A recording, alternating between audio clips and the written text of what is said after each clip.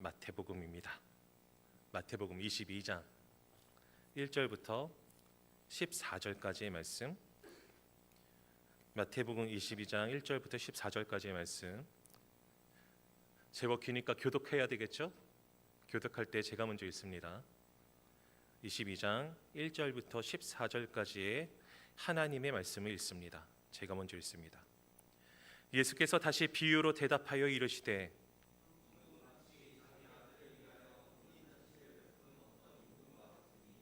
그 종들을 보내어 그 청한 사람들을 혼인잔치에 오라 하였더니 오기를 싫어하거늘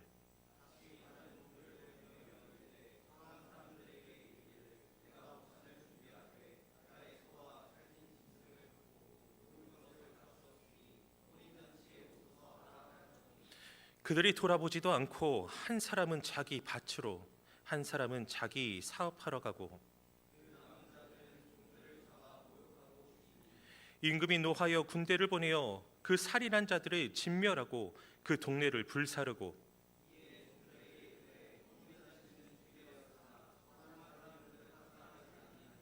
내거리 길에 가서 사람을 만나는 대로 혼인잔치에 청하여 오라 한대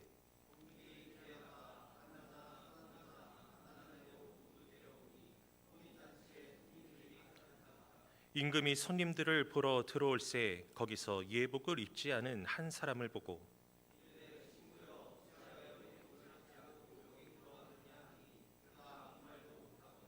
임금이 사한들에게 말하되 그 손발을 묶어 바깥 어두운 데에 내 던지라 거기서 슬피 울며 이를 갈게 되리라 하니라.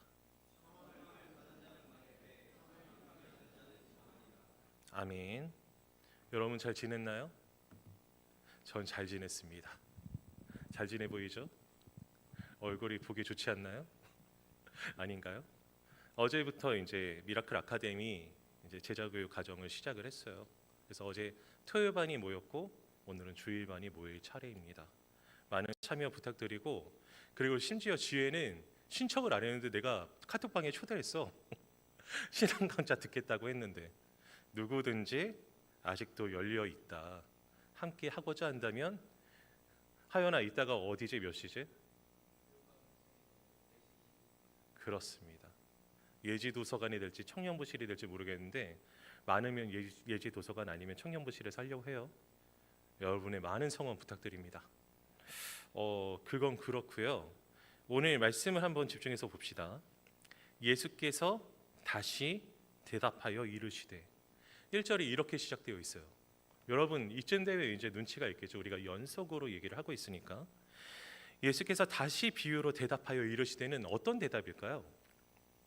뭐 물어본 게 있어야 대답을 하실 거 아니야. 이게 굉장히 불경한 말씀이지만 놀랍게도 예수님은 뒤끝이 굉장히 기시다. 뭐냐 하면은 이게 언제부터냐면은 이 21장에도 우리가 계속 나왔지. 그리고 20장부터일 거야. 뭐 계속 이제 연결되는 그렇죠. 21장부터겠구나. 예루살렘에 들어가셔서 이제 여러 가지 일들을 하신 나중에 성전에 들어가서 성전을 엎으셨지, 그치? 성전을 엎었는데 그게 대제사장들의 그 어떠한 이권과 굉장히 관련되어 있음에 대해서 설명을 했어요, 그렇죠? 그러니까 이제 대제사장들의 어떠한 경제적인 이익도 예수님이 흩으시고 그리고 면이 떨어졌다. 권위도 이제 굉장히 낮아지고 사라졌죠. 그리고 예수님께서 성전에 사신 일이 뭐냐면은 가르치셨다. 하나님의 말씀으로 가르치시는데 동네 회당이나 그리고 성전에서 랍비들이 이렇게 가르치는 경우도 왕왕 있었더라. 그래서 하실 수도 있는 거지만 대제사장들이 굉장히 예수님에 대해서 빈정이 상해 있고 안 그래도 예수님이 이제 거슬리고 저거 언제 한번 잡아 죽이나 이런 생각을 하고 있었는데 예루살렘 입성하시자마자 성전을 때려 부수시고 자기들의 이권을 박살내서 어떤 이권입니까? 예물을 잘 상인들과 결탁해서 제사의 제물을 꼭 성전에 있는 거로만 돈도 성전에서 쓰는 화폐로 환전도 하고 제물도 팔면서 좋지도 않은 걸 폭리를 취해서 그렇게 하는 걸 묵인하고 용인해 줬던 것을 예수님이 엎으시면서 너희가 내 아버지의 집은 기도하는 집인데 도둑의 구려를 만드는구나 하고 엎으셨던 그것도 이제 생각이 나고 여러모로 그러니까 이제 예수님께 가서 그러죠. 쉽게 말하면 뭡니까?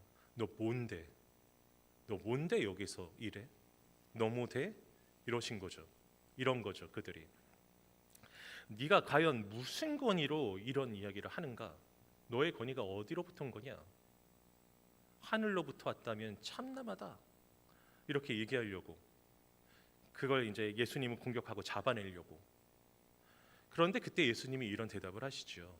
내가 한 가지 물어보겠다. 그렇다면 세례자 요한은 어떤 권위로 세례를 베풀었느냐? 이제 이들이 굉장히 고민에 빠집니다. 이제 세례자 요한은 순교했어요. 순교했죠. 순교했는데 그 세례자 요한을 따랐던 무리들과 그리고 그 세례자 요한이 선지자다라고 생각하는 사람들이 부지기수였어. 수많은 사람들이 세례자 요한에게 세례를 받았고 바리새인들 그리고 지도자들도 종교 지도자들도 세례 요한에게 세례를 받았고 그를 인정했어. 하나님의 사람으로. 그런데 그 세례자 요한이 하나님의 권위로 세례를 베풀지 않았다라고 얘기를 하면은 난리가 나겠지. 사람들한테 혼쭐 날까봐 그렇게 얘기를 못해. 근데 만약에 세례자 요한의 권위가 하늘로부터 왔다라고 얘기하면은 이들이 더 큰일 나는 거야. 왜냐하면 성경에 쓰여져 있기로는 그렇다면 사람들이 어찌하여 너는 그 길을 따르지 않느냐라고 하는데 그 길이 무슨 길이냐 하면은 세례자 요한이 생전에 어떤 일을 했냐면 예수님께 세례를 베풀었어요. 세례를 베풀고 예수님에 대해서 말하기를 뭐라고 얘기했냐면은 나는 그의 신발끈을 매는 것도 감당하지 못하겠노라라고 말을 했어. 그리고 가르치신 내용도 회개하라 천국이 가까이 왔느니라. 세례자 요한의 그 가르침을 그대로 주님이 계승해서 가져가셔서 설교하셨으니 만약에 이들이 세례자 요한을 인정한다면 세례자 요한 스스로 나는 그보다 못하다라고 자기보다 더 훌륭하신 분이라고 인정한 예수 그리스도를 이 사람들이 믿어야 되는 거야. 인정해야 되는 거야. 이걸 물어보는 상황 자체가 말이 안 되는 거야. 그러니까 이 사람들이 감히 세례자 요한을 하나님의 권위로 그 세례를 주었다라고 말을 못 하겠고 자기들이 이제 큰일 나니까. 그리고 그것이 사람이 그냥 지가 알아서 한 거라고 얘기하기에는 사람들이 너무 무섭고 그래서 그 말을 듣고서는 우리 대답 안 할래. 그러니까 예수님께서도 나도 대답하지 않겠노라. 이렇게 딱 물리치셨어. 그러면 이제 우리 같으면 그 정도로 딱 물리친 걸로 굉장히 만족하겠지. 난 굉장히 뿌듯할 것 같아. 만약에 내가 그랬어요. 역시 내 말빨. 이러면서 굉장히 자뻑했을 텐데 예수님은 그러지 않으시고 몇 가지 말씀을 더 하신다. 몇 가지 말씀을 더 하시면서 하신 말씀이 뭐냐면은 이 얘기했던 거 기억나요?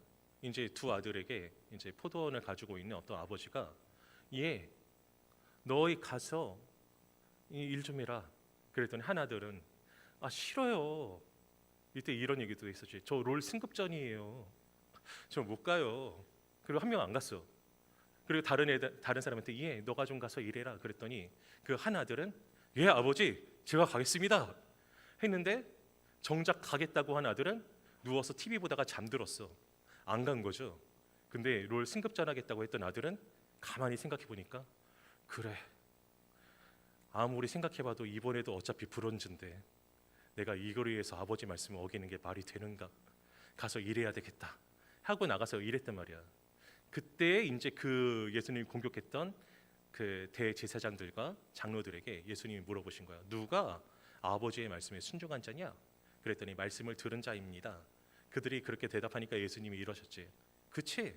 야, 너네보다 너희들이 하찮게 여기던 세리와 창기들이 먼저 하나님 나라를 수여할 거야. 너넨 뺏길 거야. 이렇게 얘기하니까 이 사람들이 얼마나 열받았겠어.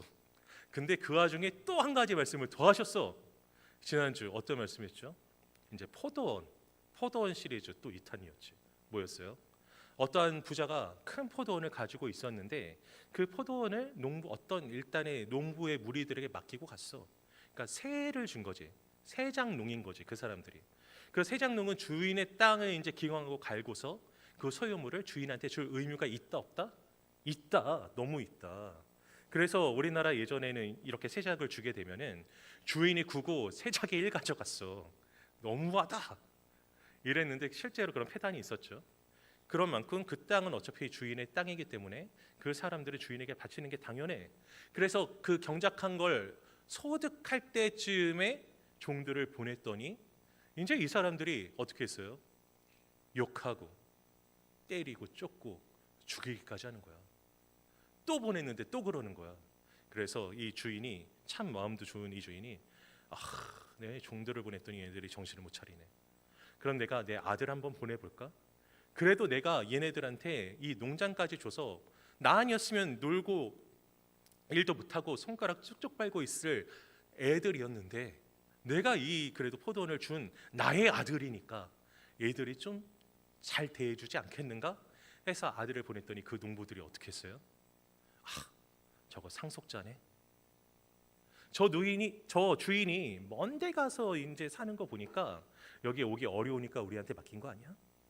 우리가 저 아들 죽여버리면 자기가 다시 자기 아들이 죽은 이 땅에 오는 게 쉽겠어?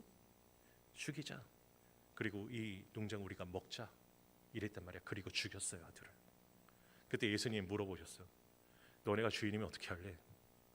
그걸 아주 그냥 죽이고 박살 내죠. 그리고 맡을 만한 사람들한테 맡기죠. 그러다가 이거 우리 깐 거 아니야? 죄송합니다. 자꾸 이런 말을 써서. 그런 현타가 세게 왔다, 그 사람들이.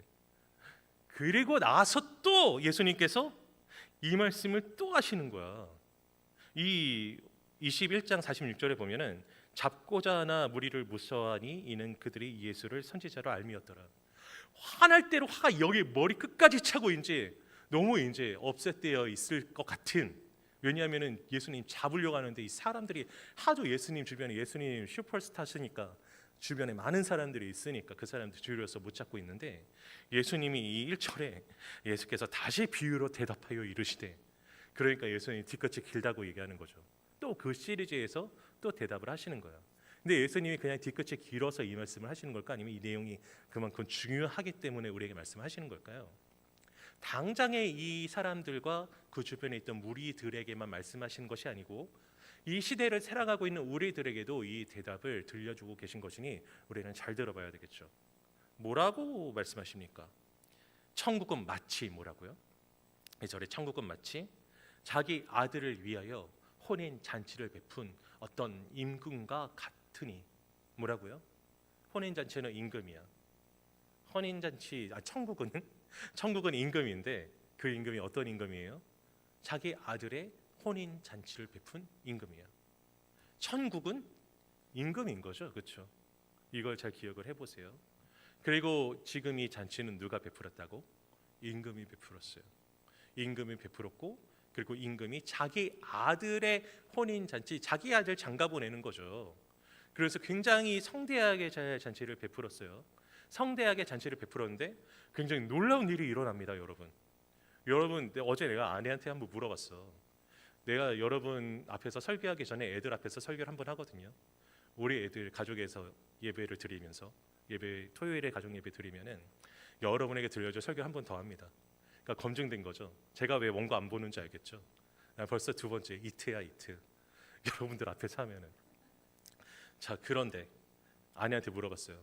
여보, 물론 요즘엔 대통령이 말이 많긴 하지만 이제 당신이 만약에 우리 승호가, 첫째가 아들이 대통령이나 왕에게 이제 지나가다가, 승호가 우연히 지나가다가 지갑을 이렇게 딱 주워줬는데 양심 냉장고 이런 것처럼 양심 청와대 이런 걸 갑자기 이벤트로 해서 딱 주워줘서, 그 왕이라고 합시다. 여기 왕이니까 우리 왕족은 아니지만 왕이 그걸 딱 보고 너 참 착하고 충성된 종이구나, 백성이구나, 학생이구나, 너 이름이 뭐니? 저 임승호인데요.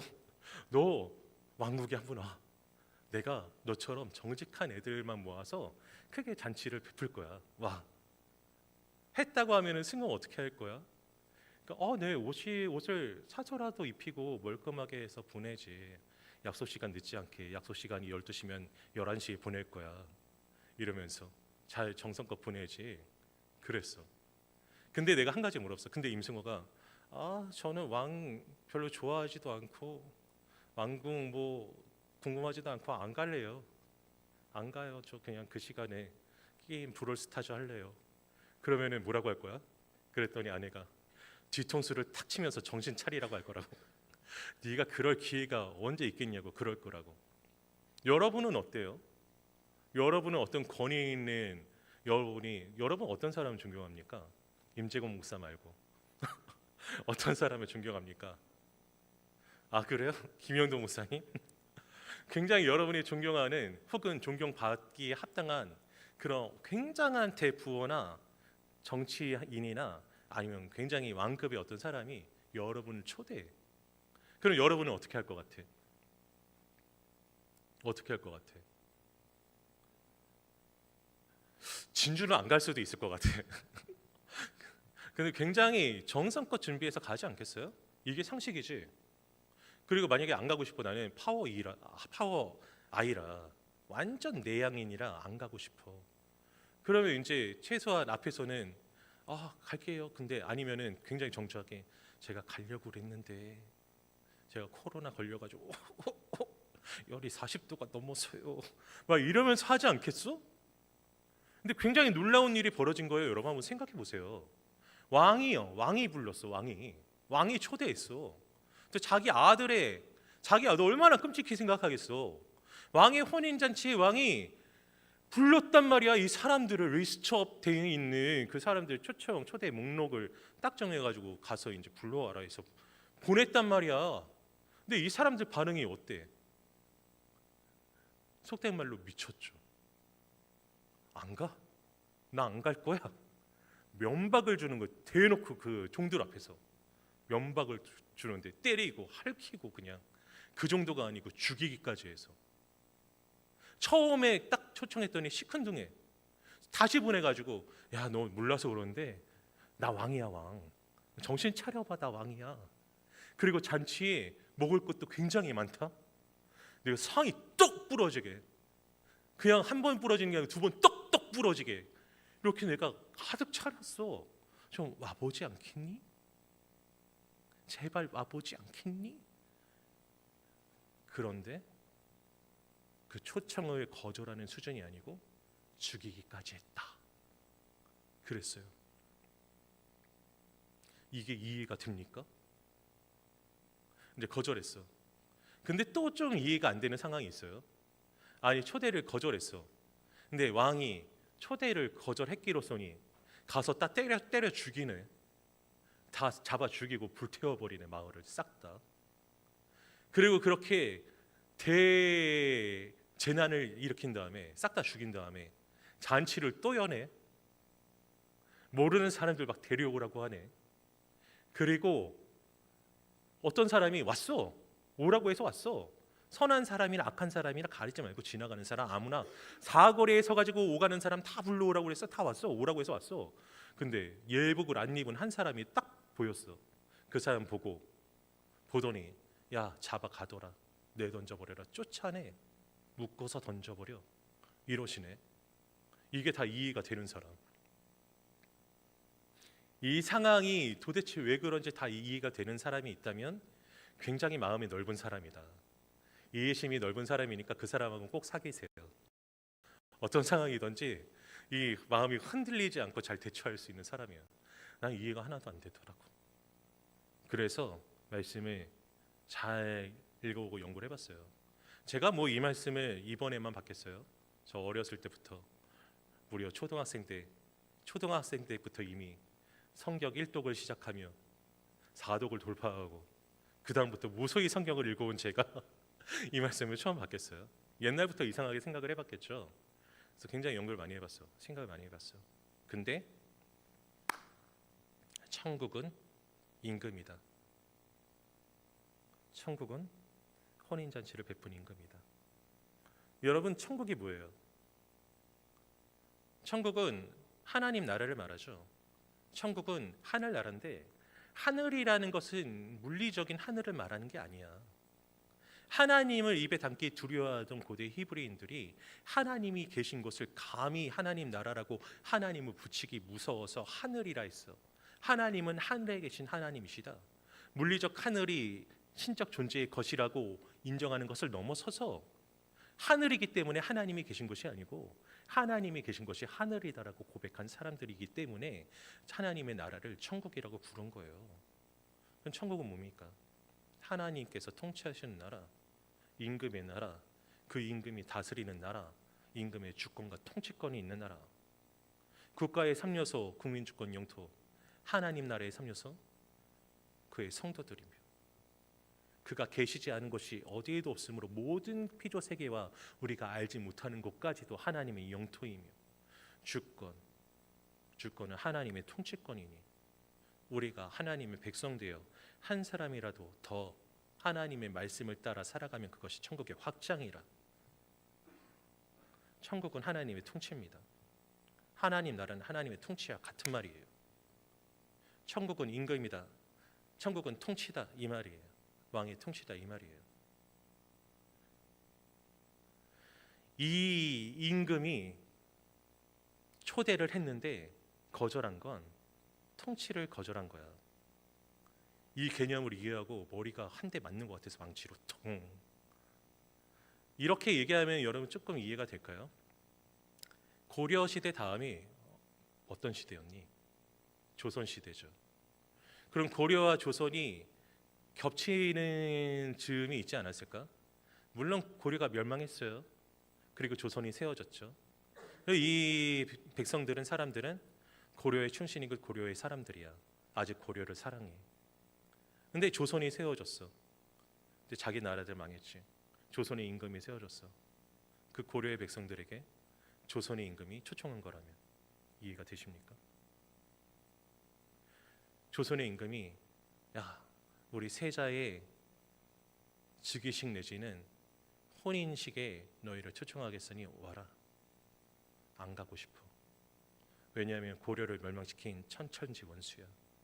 그리고 나는 여전히 그를 인정하지 않아. 그리고 세자의 혼인잔치, 왕자의 혼인잔치라는 건 단순히 결혼을 시켜서 장가 보내는 게 아니고 차기 왕으로 세우는 일이야. 차기 대권을 주는 일이야. 즉 그 왕의 통치권 왕권을 공고하게 하는 일이고 그의 나라를 공고하게 하는 일이야. 안 가고 싶어요. 인정하지 않는 거야. 그 왕의 왕권을 인정하지 않는 거예요. 왕이 아들의 혼인잔치를 베풀었는데 그 혼인잔치에 가지 않는 건 그 왕의 왕권을 인정하지 않는 거야. 그 왕의 통치권을 인정하지 않는 거야. 더군다나 아들의 결혼식이라니 그 왕의 왕권을 넘어서 왕권의 계승, 승계까지도 인정하는 자리가 바로 그 왕의 혼인잔치, 아들의 혼인잔치인데 내가 그곳에 간다는 것은 그 왕의 통치를 인정한다는 것, 그 나라를 인정한다는 것. 나는 이전에는 어찌하였건 당신의 백성입니다. 당신의 통치를 받겠습니다. 당신을 따르겠습니다라고 고백하는 게 되는 거죠. 그래서 안 간 거야. 왕이 싫었거든. 어쩔 수 없이 물리적으로 왕의 백성으로 있으나 그 왕의 통치를 받고자 하지 않았거든. 나는 그 왕의 백성이 아니라고. 그래서 죽일 수까지 있는 거지. 그래서 이 혼인잔치를 거부한 것은 단순한 초대의 불응입니까? 아니면 반역입니까? 반역이죠.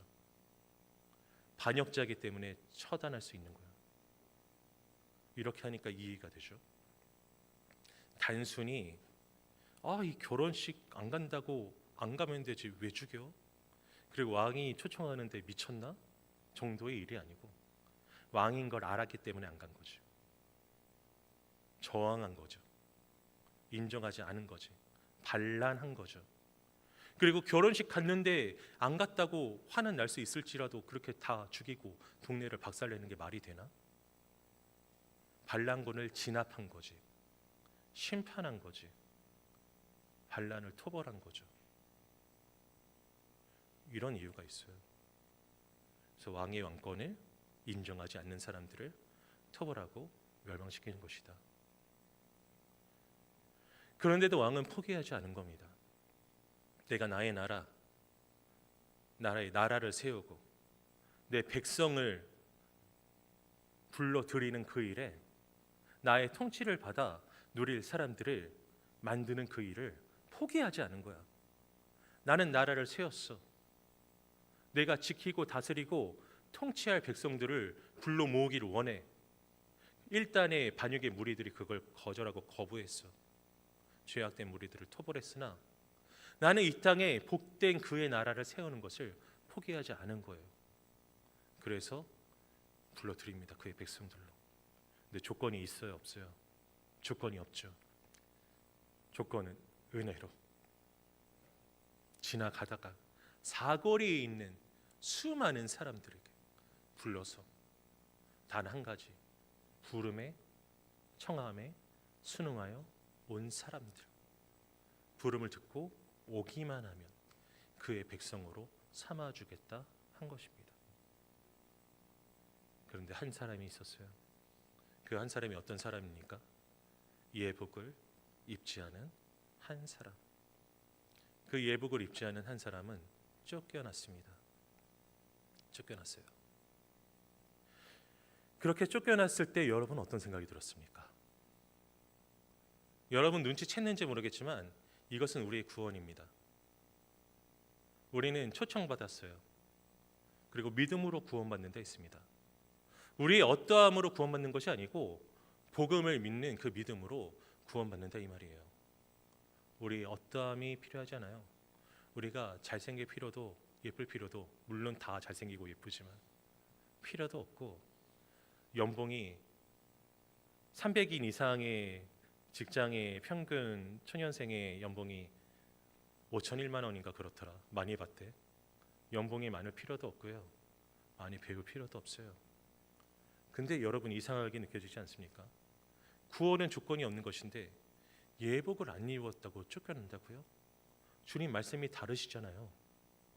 믿음은 나의 어떠함이 아니고 주님의 어떠하심으로 나는 알 수 없는 나에게 이유가 있는 것이 아니고 오직 하나님 편의 이유, 즉 하나님의 신비한 사랑의 이유로 조건 없이 나를 구원하시는 것인데 예복을 안 입었다고 쫓겨난다면 바울의 세관점이나 아니면 다른 펠레아기들이 말하는 것처럼 행위 구원인가요? 행위를 안 하면 탈락되는 건가요? 이상하네요 라고 생각될 수 있는데 여러분 큰 오해입니다. 한번 생각해 보세요. 앞서 승호에게 그런 일이 일어났을 때 우리 아내가 어떻게 하겠는지에 대한 그 대답 속에서 뭐라고 얘기를 했습니까? 옷을 사서라도 예쁜 옷을 입혀서 보내겠어요. 그게 진짜 초대에 응한 거야. 그 자리가 어떤 자리인지, 그 자리가 어떤 귀함이 있는지, 어떤 의미를 가지고 있는지 잘 알고 있어야 그 초대에 응한 거예요. 친구가 야 영화 보러 가자. 근데 티켓은 각자 구매해 와. 희한하게도 티켓이 없는 데래. 근데 인터넷에 출력하면 출력할 수 있으니까 없으면은 나한테 얘기해. 내가 출력해 줄게. 티켓 가져와. 영화관에 왔어. 근데 티켓을 안 가져왔어. 야 티켓 가져오랬잖아. 나 그냥 들어갈 수 있을 줄 알았지. 너 오라고 해서 왔는데 뭐가 문제야? 영화관에 간 게 아니야. 아니 야 피크닉에 가자. 피크닉 가는데 아니 우리 라이딩 모임으로 하는 게 어떨까? 라이딩에 가자. 자전거 가져와. 자전거 여기 빌려주는 데 없어.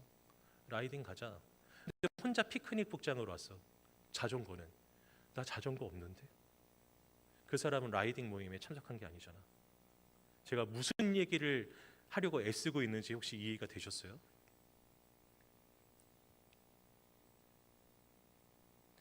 Place, Occasion, TPO가 맞아야 되는 거지. 정말로 그 자리에 내가 호응하고 있다면 그것까지가 응답이야. 그것까지가 초대에 응하는 거야. 이걸 믿음의 영역으로 바라보자면 믿음은 제가 뭐라고 얘기했죠? 믿음은 암과 삶이다. 암과 삶이야. 주 예수를 믿으라 그리하면 너와 내 집 구원 얻으리라 하셨습니다. 아 믿겠습니다. 그러는 거야. 그럼 그걸 믿는다는 것은 그가 하시는 말씀도 다 진리인 줄로 믿습니다. 믿는다면 그 일을 따르는 거지. 우리 아들 요즘에 얘기 너무 많이 해서 미안한데 아들이 저한테 와서 그런다고 해요. 아빠 저는 이제부터 효자가 될 거예요. 아빠 저는 효자가 될 테니까 걱정하지 마세요. 저는 이제부터 효자입니다. 아예 제 이름 승호가 아니고 임효자라고 불러주세요. 저는 효자예요. 이름표를 딱 써가지고 효자. 입에도 자수를 해, 옷에도 자수를 해가지고 팔에 완장이 효자. 저는 효자가 되겠어요. 이렇게 각오를 다져. 각오를 다지고 앉아 있어. 그래서 그래 고맙다 승호야. 저기 가서 찬물 좀 떠와줄래? 아빠가 떠드세요. 아빠도 팔다리가 있으시잖아요. 그래? 아빠 등이 간지러워. 아빠 유연성 안 좋은 거 알잖아. 등이 간지러워서 등을 못 긋겠는데 등 좀 긁어줄래? 아이 참 아빠도 싫어요. 저 지금 숙제해야 되는데. 하지만 전 효자가 되겠습니다.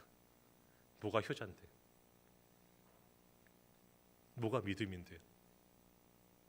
하나님의 말씀대로 안 살면 뭐가 믿음인데? 믿음은 안과 삶이죠. 우리의 예복은요, 우리의 믿음의 삶입니다. 근데 오해는 하지 마세요. 예복을 입었기 때문에 구원받는 게 아니에요. 구원을 받았기 때문에 예복을 입는 거죠.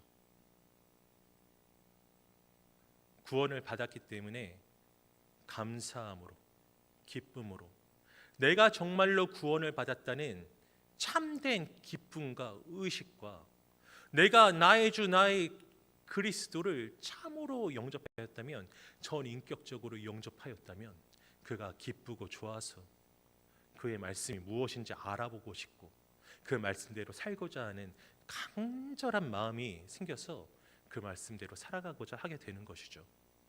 그래서 우리는 누군가 구원받았는지 도무지 알 수 없지만 짐작할 수는 있어. 그가 그리스도의 말씀을 기뻐하는가, 그가 예배의 자리에 오기를 기뻐하는가, 그가 주를 위해 손해보기를 기꺼워하는가, 삶의 자세와 태도를 보면 미루어 짐작할 수 있죠. 이게 예복입니다. 진짜 믿음은 예복을 입는 거예요.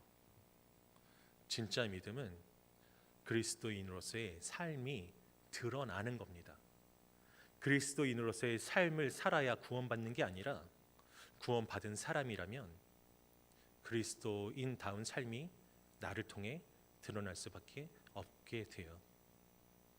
그럼 누군가 이렇게 얘기할 수도 있죠. 목사님 어렵습니다. 제가 진짜로 저는 주님 영접했고요. 엄청 울었고요. 그 울음이 인간적인 서글픔과 아픔으로 그냥 내가 운 게 아니고 누가 봐도 앞으로 봐도 뒤로 봐도 앞구르기 하고 봐도 뒤구르기 하고 봐도 진짜로 성령께서 주신 통회하는 마음과 회개함으로 저는 정말 울었거든요. 근데 저의 삶을 돌이켜보면요, 엉망진창인데 어떡하죠? 저는 진짜 우리 하나님 앞에 뭘 내놓아야 될지, 이게 의복이 아니라고 하시면 어쩌죠?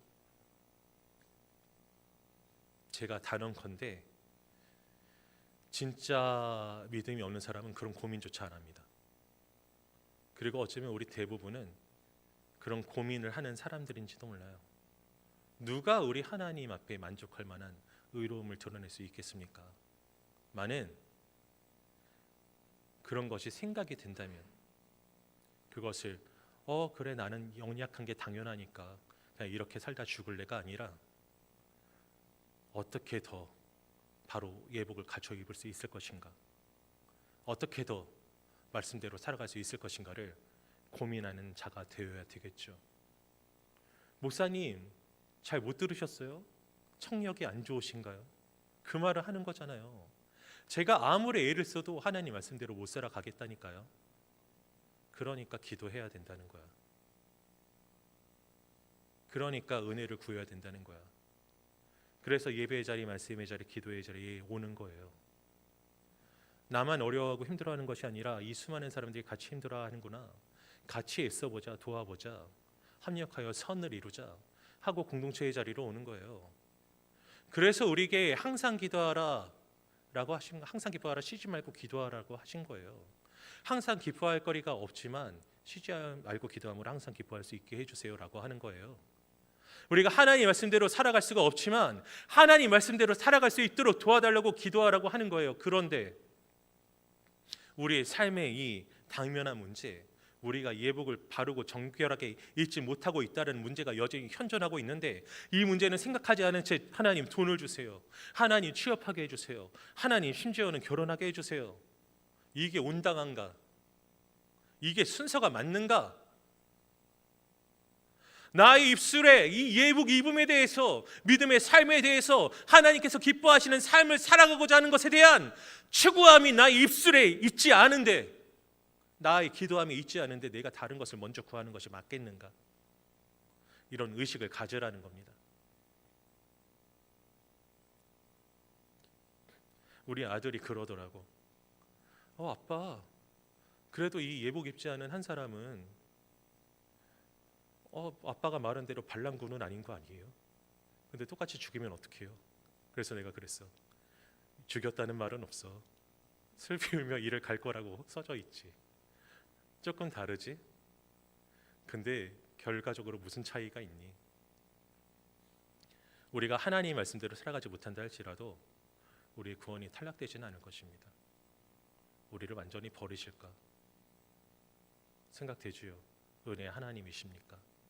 그런데 여러분, 우리가 하나님 말씀대로 살아가기를 애쓰지 않고 기뻐하지 않는다면 안 믿는 사람들과 다른 게 무엇입니까? 그 의식이 우리 안에 있어야 된다는 거죠. 그래서 우리는 애쓰고 힘써야 된다는 겁니다.